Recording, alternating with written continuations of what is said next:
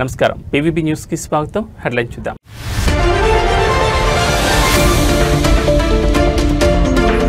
ప్రముఖ రచయిత అందెశ్రీ కన్నమూత తెలంగాణ ఉద్యమంలో తన పాటలతో కీలక పాత్ర పోషించిన అందెశ్రీ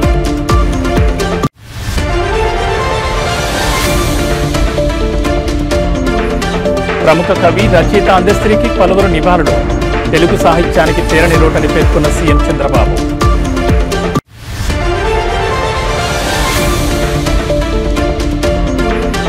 రేపు జూబ్లీహిల్స్ ఉప ఎన్నిక పోలింగ్ ఉప ఎన్నిక సందర్భంగా భారీ బందోబస్తు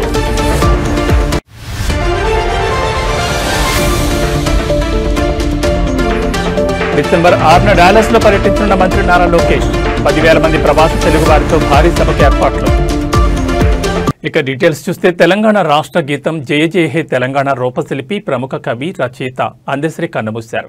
గత రాత్రి హైదరాబాద్లోని తన నివాసంలో ఆయన తీవ్ర అస్వస్థతకు గురయ్యారు. దీంతో కుటుంబ సభ్యులు ఆయన్ని వెంటనే గాంధీ ఆసుపత్రికి తరలించారు. అక్కడ చికిత్స పొందుతూ ఆయన తుదిశ్వాస విడిచినట్లు కుటుంబ సభ్యులు తెలిపారు.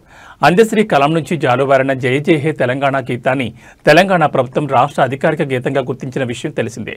తన పాటలు రచనలతో ఆయన తెలంగాణ ప్రత్యేక రాష్ట్ర ఉద్యమంలో కీలక పాత్ర పోషించారు. ఉద్యమ సమయంలో ఆయన గీతాలు ప్రజల్లో స్ఫూర్తిని రగిలించాయి. ఎటువంటి పాఠశాల విద్య అభ్యసించకుండా కేవలం తన ప్రతిభతోనే గొప్ప కవిగా అందెశ్రీ పేరు తెచ్చుకున్నారు. ఆయన రాసిన మాయమైపోతున్నాడమ్మా మనిషి అన్నవాడు అనే గీతం తెలుగు ప్రజల హృదయాల్లో చిరస్థాయిగా నిలిచిపోయింది. ఈ పాట ఆయనకు విస్తృతమైన కీర్తిని తెచ్చిపెట్టింది. అందెశ్రీ మృతి పట్ల పలువురు ప్రముఖులు సాహితీవేత్తలు తీవ్ర దిగ్భ్రాంతి వ్యక్తం చేస్తున్నారు. ఆయన మరణం తెలుగు సాహిత్య లోకానికి తీరని లోటని విచారం వ్యక్తం చేస్తున్నారు.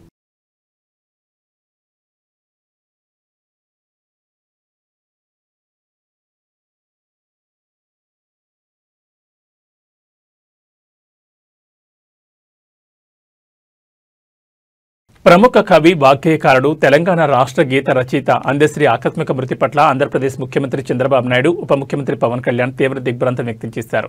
ఆయన మరణం తెలుగు సాహితీ లోకానికి తీరని లోటని అభివర్ణించారు. పలువురు రాజకీయ సినీ ప్రముఖులు సోషల్ మీడియా వేదికగా అందెశ్రీకి నివాళులర్పిస్తున్నారు. ఈ సందర్భంగా ముఖ్యమంత్రి చంద్రబాబు నాయుడు ఎక్స్ వేదికగా స్పందిస్తూ ప్రముఖ కవి రచయిత తెలంగాణకు రాష్ట్ర గీతాన్ని అందించిన డాక్టర్ అందెశ్రీ మరణవాత దిగ్భ్రాంతిని కలిగించిందన్నారు. తెలుగు సాహితీ లోకానికి ఇది తీరని లోటని, ఆయన ఆత్మకు శాంతి చేకూరాలని ప్రార్థిస్తూ అందెశ్రీ కుటుంబ సభ్యులకు నా ప్రగాఢ సానుభూతిని తెలియజేస్తున్నారని తన పోస్టులో పేర్కొన్నారు.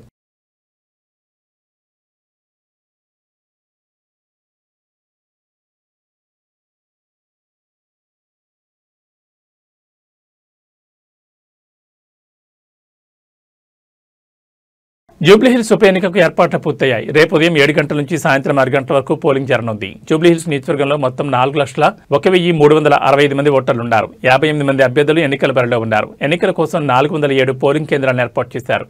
ఒక్కో పోలింగ్ కేంద్రంలో 4 ఈవీఎంలను ఏర్పాటు చేశారు. కోట్ల విజయభాస్కర్ రెడ్డి స్టేడియం నుంచి పోలింగ్ కేంద్రాలకు ఈవీఎంలను తరలింపు ప్రక్రియ మొదలైంది. సిబ్బందికి ఈవీఎంలు, పోలింగ్ సామగ్రిని అధికారులు పంపిణీ చేస్తున్నారు. ఈ రోజు సాయంత్రానికల్లా పోలింగ్ కేంద్రాలకు ఈవీఎంలు తరలించనున్నారు. 3,000 మంది పోలీసు సిబ్బంది, 2,000 మంది పోలీసులతో కలిపి మొత్తం 5,000 మంది పోలీసులు జూబ్లీహిల్స్ ఉప ఎన్నికల విధుల్లో ఉన్నారు. మొత్తం 407 పోలింగ్ కేంద్రాల్లో 226 సమస్యాత్మక పోలింగ్ కేంద్రాలుగా గుర్తించారు. ఆయా ప్రాంతాల్లో 144 సెక్షన్ విధించారు. ఈసారి డ్రోన్ల ద్వారా పోలింగ్ కేంద్రాల పర్యవేక్షణ జరగనుంది. 103 పోస్టల్ బ్యాలెట్లు ఓట్లు పోలయ్యాయి. సమస్యాత్మక ప్రాంతాల్లో కేంద్ర బలగాలతో భద్రత కట్టుదిట్టం చేయనున్నారు. 45 ఫ్లయింగ్ స్క్వాడ్ టీంలను ఏర్పాటు చేశారు. ఇప్పటి వరకు 230 మంది రౌడీ షీటర్లను బైండ్ అవుట్ చేశారు. ఎంసీసీ నిబంధనలు అతిక్రమించిన 27 మందిపై పోలీసులు కేసులు నమోదు చేశారు.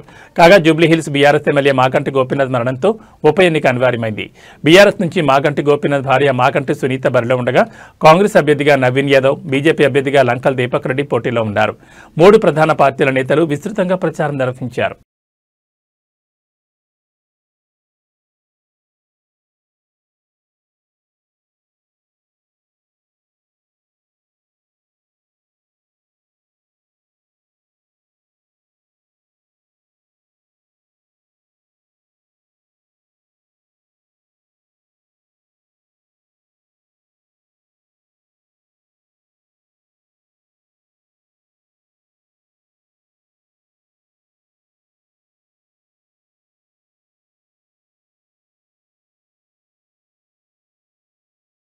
ఆంధ్రప్రదేశ్ రాష్ట్ర ఐటీ విద్యాశాఖ మంత్రి తెలుగుదేశం పార్టీ జాతీయ ప్రధాన కార్యదర్శి నారా లోకేష్ అమెరికాలో పర్యటించనున్నారు. డిసెంబర్ 6వ తేదీన ఆయన డాలస్కు వెళ్లనున్నారు. ఈ సందర్భంగా 10,000 మంది ప్రవాసీ తెలుగువారితో ఒక భారీ సభ నిర్వహించేందుకు ఎన్ఆర్ఐ టీడీపీ విభాగం సన్నాహాలు చేస్తోంది. ఈ కార్యక్రమ ఏర్పాట్లను పర్యవేక్షించేందుకు డాలస్లోని ఎన్ఆర్ఐ టీడీపీ సభ్యులు నిన్న సమావేశమయ్యారు. 100 మందికి పైగా సభ్యులు హాజరైన ఈ భేటీలో లోకేష్ సభను విజయవంతం చేసేందుకు ఒక స్పష్టమైన కార్యాచరణను రూపొందించారు. సభ నిర్వహణను సజావుగా పూర్తి చేసేందుకు పలు కమిటీలను ఏర్పాటు చేశారు. కార్యక్రమ పర్యవేక్షణ కోసం ఒక స్టీరింగ్ కమిటీని, దానికి అనుబంధంగా భద్రత, భోజనాలు, స్వాగత ఏర్పాట్లు, వేదిక నిర్వహణ వంటి బాధ్యతల కోసం వేర్వేరు కమిటీలను ప్రకటించారు. ఈ కమిటీల్లో పనిచేసేందుకు పలువురు సభ్యులు స్వచ్ఛందంగా ముందుకొచ్చి తమ పేర్లను నమోదు చేసుకున్నారు. సమావేశానికి హాజరు కాలేకపోయిన వారు కూడా కమిటీల్లో చేరవచ్చని నిర్వాహకులు తెలిపారు. ఈ సందర్భంగా స్టీరింగ్ కమిటీ సభ్యుల పేర్లను ప్రకటించారు.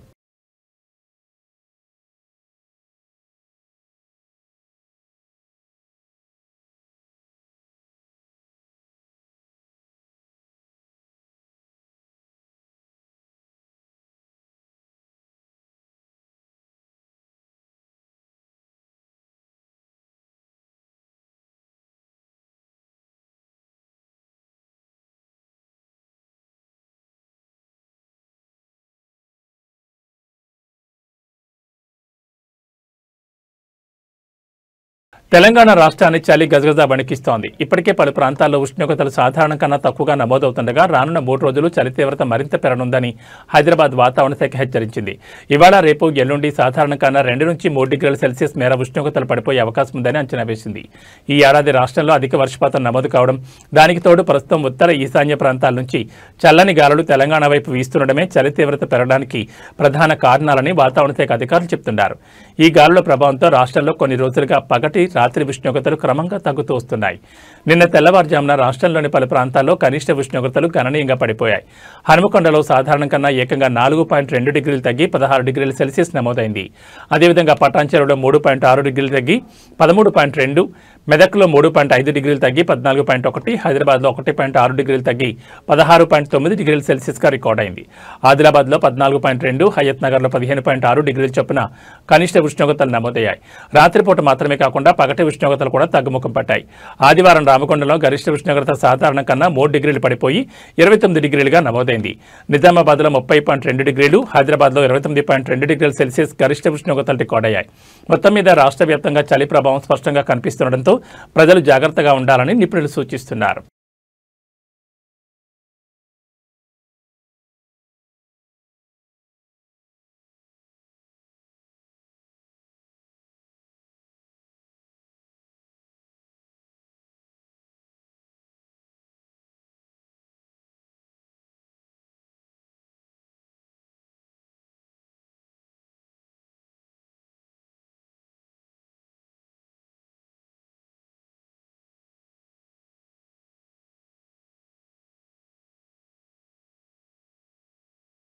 వివేకానంద నగర్ డివిజన్ పరిధిలోని ఏఎస్ రాజు నగర్ కాలనీలో జరిగిన defence civilian officers pensioners welfare association ఆధ్వర్యంలో కార్తీక మాస వనభోజన మహోత్సవం ఘనంగా నిర్వహించారు.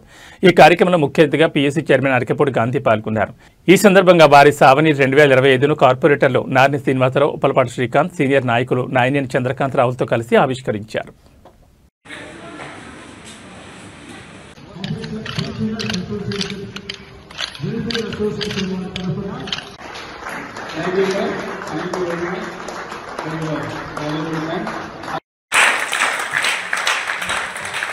అందరికీ ఒక కాపీ ఇవ్వవలసిందిగా.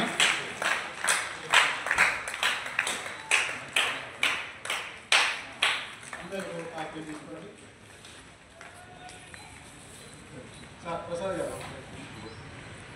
వెయిట్ కూడా పట్టుకోవాలి. పట్టుకోండి సార్, పట్టుకోండి. Thank you.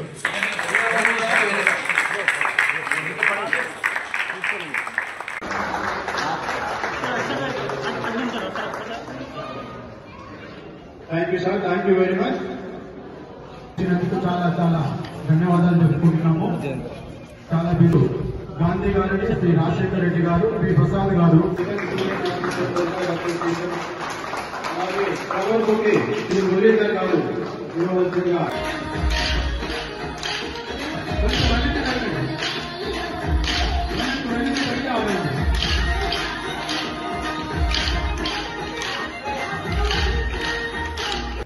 రాష్ట్ర ప్రభుత్వాలు ప్రజల కోరికలేంటి, కోరిక తీర్చుకొని 5 సంవత్సరాలు పబ్బం గడుపుకుందామనే ఆలోచనలో రాష్ట్ర ప్రభుత్వాలు వచ్చినాయి. ప్రభుత్వాలన్నీ కూడా అదే బాటలో కొనసాగుతా ఉన్నాయి. నేనేం సబ్సిడీస్ ఇచ్చా ఆయన కన్నా డబల్ ఇస్తే మనం అధికారంలోకి వస్తాం. ఆర్థిక పరిస్థితులు, సంక్షేమం, ఆరోగ్యం, విద్య వీటి మీద కాన్సన్ట్రేషన్ కాదు. తాత్కాలిక అవసరాలకే ఇవాళ ప్రజలు టెంప్ట్ అవుతున్నటువంటి పరిస్థితుల్లో మరి సహజంగా తండ్రి అప్పులు చేశారు. బాధ్యత గల కుటుంబ సభ్యుడు ఏం చేశాడు? నాన్నగారు అప్పులు తీర్చాల్సిందే కదా. ఆస్తులు అమ్మైనా కూడా అకౌంట్ లో మీరు ట్యాక్స్ రూపంలో కట్టే డబ్బు ఆటోమేటిక్ గా ముందు అప్పు కట్ అయిపోతుంది, తర్వాత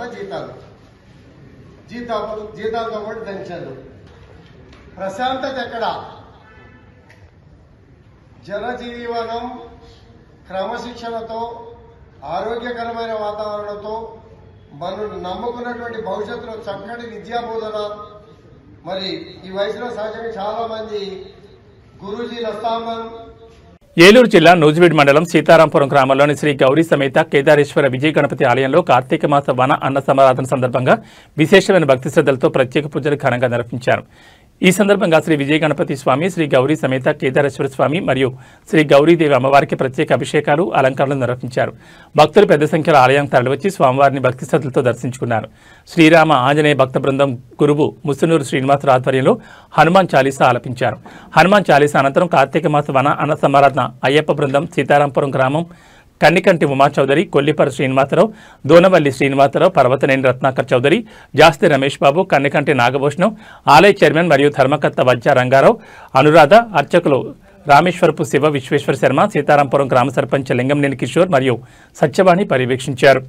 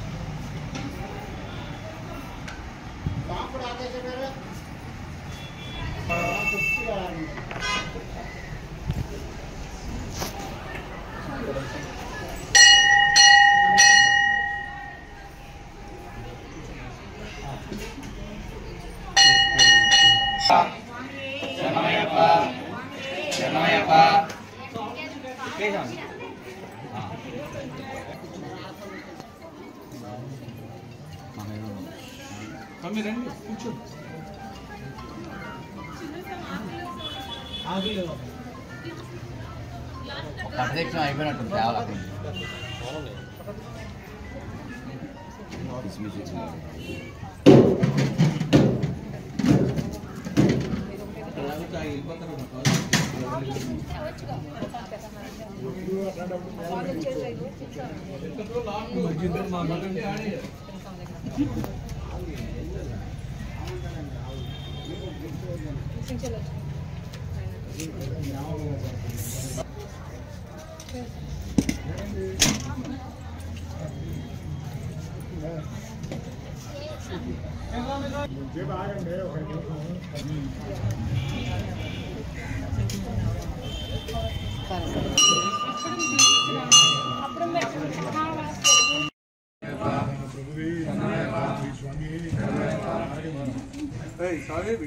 మీరు ఎడ చెబుతారు మాకు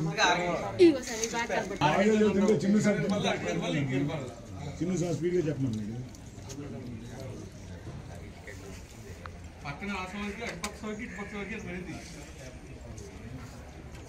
గట్టిగా అరవద్దు అన్నారు నన్ను.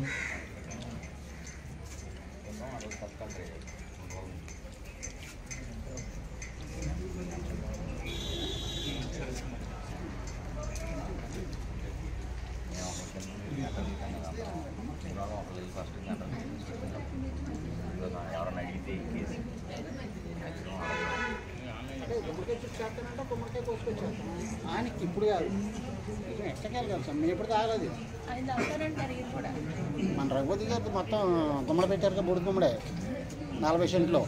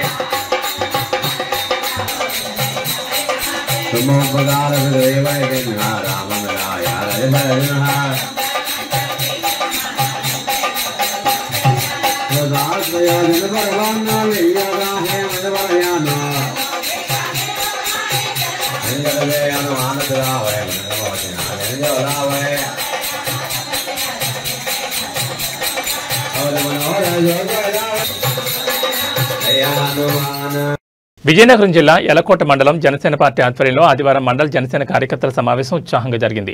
మండల జనసేన పార్టీ అధ్యక్షులు షేక్ ఫిరోజ్ నేతృత్వంలో నిర్వహించిన ఈ కార్యక్రమంలో పెద్ద సంఖ్యలో కార్యకర్తలు పాల్గొన్నారు. సమావేశంలో పార్టీ బలోపేతం, గ్రామస్థాయిలో కార్యకర్తల చైతన్యం, రానున్న రాజకీయ కార్యక్రమాలపై చర్చించారు. నాయకులు పార్టీ భావజాలాన్ని ప్రజలకు చేరవేయడంలో ప్రతి కార్యకర్త కీలక పాత్ర పోషించాలని సూచించారు. సమావేశానికి అనంతరం కార్యకర్తల ఐక్యతను ప్రతిబింబించే విధంగా పిక్నిక్ ను కూడా నిర్వహించారు. ఈ సందర్భంగా పాల్గొన్న కార్యకర్తలు పరస్పరం సౌహార్దంగా ముచ్చటిస్తూ సమయాన్ని ఆనందంగా గడిపారు. మండల కార్యకర్తలకు, నాయకులకు విందు భోజనం కలిసి చేశారు. కార్యక్రమాన్ని విజయవంతం చేసిన అన్ని కార్యకర్తలకు, నాయకులకు షేక్ ఫిరోజ్ అభినందనలు తెలియజేశారు.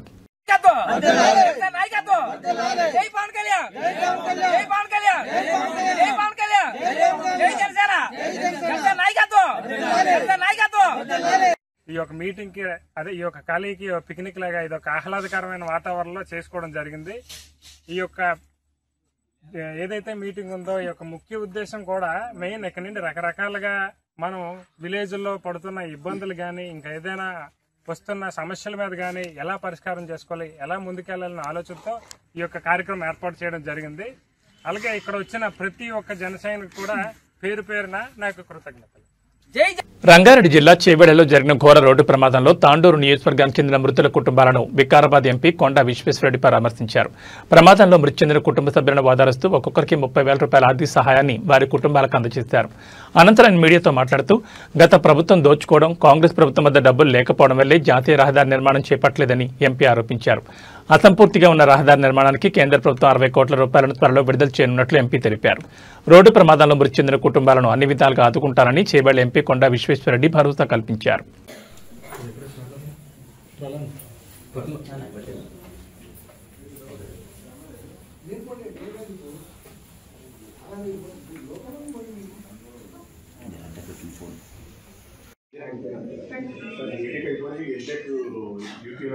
ప్రాసెస్ అంతా జనాలు ఫస్ట్ కొంచెం ఎక్కడ వేసేస్తారు మళ్ళీ ఇంకా పిన్ని అమ్మని చూసుకోవాలి. అంతా రెడీ చేస్తారు సార్. బీఎస్సీ కంప్లీట్ అయ్యింది ఫస్ట్, తర్వాత ఎంబీఎస్. లోకల్ ఎమ్మెల్యే సీట్ ఇప్పించాడు సార్. లోకల్ ఎమ్మెల్యే కృష్ణ గౌడే అని బీజేపీ ఎమ్మెల్యే.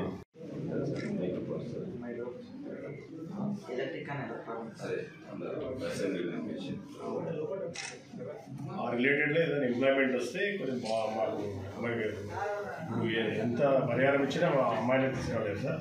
అది రిలేటెడ్గా కొంచెం బీటెక్ అయిపోయింది సార్. బీటెక్ అయిపోయింది. ఎంటెక్ యూపీ వెళ్ళడానికి అంత ప్రాసెస్ అంతా అయిపోయింది సార్. జనవరిలో ఫస్ట్ ఇంటికి కొంచెం వెనకాడ చేస్తాం సార్. మళ్ళీ ఇంకా పిన్ని అమ్మని చూసుకోవాలి.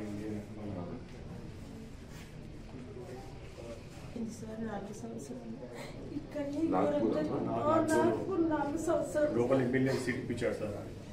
లోకల్ ఎమ్మెల్యే కృష్ణ గౌడే అని బీజేపీ ఎమ్మెల్యే అక్కడ సీట్ ఇప్పించాడు. పూణేలో దొరకలేదు.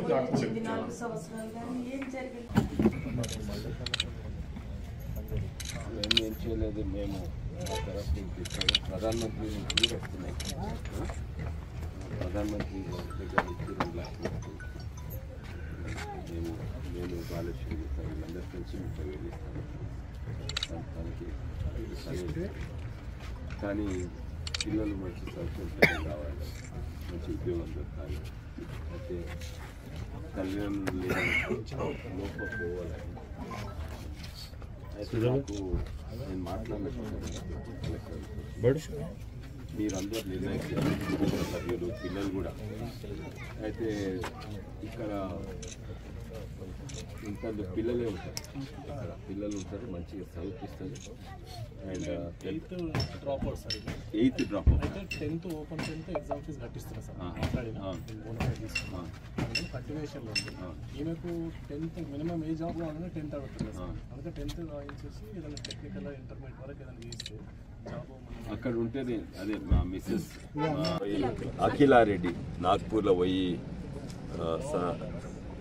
బీఎస్సీ అగ్రికల్చర్ చేసి ఇప్పుడు ఎంబీబీఎస్ చేస్తుండే. కొన్ని రోజులు అయితే మంచి ఉద్యోగం వస్తుంది. వాళ్లకు ఈ కుటుంబానికి భూమి ఎక్కువ లేదు, భూమే లేదు. ఆధారపడేది పెన్షన్, వాళ్ళ పిన్ని పెన్షన్, చిన్నమ్మ పెన్షన్. అట్లనే ఈ ఇంట్లో కూడా వాళ్ళ అన్న ఉన్నాడు. ఈమె సంపాదించితే వాళ్ళ అన్న ఇంకా పెద్ద చదివి మంచి ఉద్యోగం వస్తుంది. అయితే ఆ ఆశ కూడా పోయింది ఇక్కడ. అయితే ఇక్కడ కూడా నేను ఏమి చేయాలని ఆలోచిస్తున్నాము. అయితే అబ్బాయిని రమ్మన్నాము. వాళ్ళకు మంచి ట్రిపుల్ ఇంజనీరింగ్ అయిపోయింది, ఈయనకి బీటెక్ ఇంజనీరింగ్ అయిపోయింది. ఈయనకు కూడా ఉద్యోగం ఇప్పిస్తేందుకు ఇప్పుడు ఇంతో అంతో మా జేబులో నుంచి ఇంతో సాయం చేస్తున్నాం. ప్రధానమంత్రి 2 లక్షలు వస్తున్నాయి, అందరికి కూడా వస్తున్నాయి. ఇది రంగారెడ్డి వికారాబాద్ కలెక్టర్ డేటా తీసుకొని వాళ్ళ బ్యాంక్ అకౌంట్ తీసుకొని, ఇది nodal officer Rangareddy collector Narayana Reddy గారు, వారు కూడా పని అయిపోయింది. ఇప్పుడు ప్రధానమంత్రి ఆఫీస్ పోయింది, అది మేము ఫాలోఅప్ చేస్తున్నాం. వారంలోనూ 10 రోజుల లోపల అది కూడా వస్తుంది. ఇప్పుడైతే ఇచ్చేస్తున్నాం. ఇప్పుడు వేరే కుటుంబాల దగ్గర కూడా పోతున్నాము. కానీ ఈ హైవే అయితే మొదలైంది అండ్ ఇన్నేళ్ళు డీలే అయిన హైవే మొదలైంది. దీంట్లో కూడా 2-3 జాగాలల్లో ఇంకా ప్రమాదం ఉంది. ఎందుకంటే అది ఫుల్ కర్వ్ ఉన్నది, అది చూపెట్టదు. అయితే సహకరించాలి, దీన్ని సపోర్ట్ చేయాలి. ఉదాహరణగా ఇక్కడ చూడండి, ఇది హైవే. దీన్ని చక్కగా అయితే ఎంతో మంచిగా ఉండేది. అయితే ఇప్పుడు కూడా హైవే అయినాక కూడా ఇంతకంటే పెద్ద ప్రమాదాలు జరిగే అవకాశం ఉంది. అందుకే ఈ డీలే కాకుండా కొన్ని జాగాలన్నా ఇది చక్కగా చేస్తాం. ఇది వంకరు ఉన్న దాన్ని చక్కగా చేసేందుకు నేను నితిన్ గడ్కరీ గారు రాశాను. ఎందుకంటే భూస్వేకానికి ఇట్లనే చేసిండ్రు, ఎట్లా చేస్తా అట్లా చేయవలసి వస్తుంది. వంకర్ తింకరు ఉంటే ఇప్పుడు కూడా నిలబట్టదు. మన అందరి నాయకులు ఏ పార్టీ ఉన్నా కూడా ఈ హైవేను చక్కగా చేస్తానికి ప్రయత్నం చేయాలి. కానీ చక్కగా చేయట్లా డీలే కావచ్చు. డీలే కాకుండా అంటే 2-3 జాగాలు అంతట్లేదు. ఉదాహరణంగా కొన్ని జాగాలలో ఇక్కడ ఇప్పుడు పోయి అక్కడ శివలీల ఇంకా భవానీ వాళ్ళ అనాథులు అయిపోయింది. ఏదో మా తరఫు నుంచి 30,000 ఇస్తున్నాం, కానీ 30,000 ఇచ్చినా, 1,00,000 ఇచ్చినా, 10 లక్షలు ఇచ్చినా ఏమైతే. అందుకే వాళ్ళకి ఏం చేయాలని మేము ఆలోచించినాము. వాళ్ళకు ఒక మంచి అనాథాశ్రమం నుంచి చాలా మంచి క్వాలిటీ, అంటే మా ఇంటి దగ్గరనే ఒకటి ఉంటుంది, అక్కడ మంచిగా చదివిస్తారు. దానికి అందరు ఐఏఎస్ ఆఫీసర్లు భార్యలు కూడా సపోర్ట్ ఇస్తారు. దాని తర్వాత పెద్ద అమ్మాయికేమో నర్సింగ్ చేసి ఉద్యోగం ఇప్పిస్తామని గ్యారెంటీ ఇస్తాం. అది మా సతీమణితో మాట్లాడినాం. ఇద్దరు ఒక్కటే అక్క చెల్లెలు ఒకరు ఉంటే అక్క చెల్లెలు చూసుకోవచ్చు. కానీ మొత్తానికి ఫైనల్ నిర్ణయం ఏమో ఊళ్ళో తీసుకోవాలి. ఎందుకంటే పిల్లలకు ఊరు ఇచ్చి మన హైదరాబాద్ రావాలంటే వాళ్ళకి బాధగానే ఉంటుంది. కానీ మా ప్రకారంగా అదే మంచిగా బాలేశ్వర్ గుప్తా గారు. ఇవి బులెటిన్ విశేషాలు. నమస్కారం.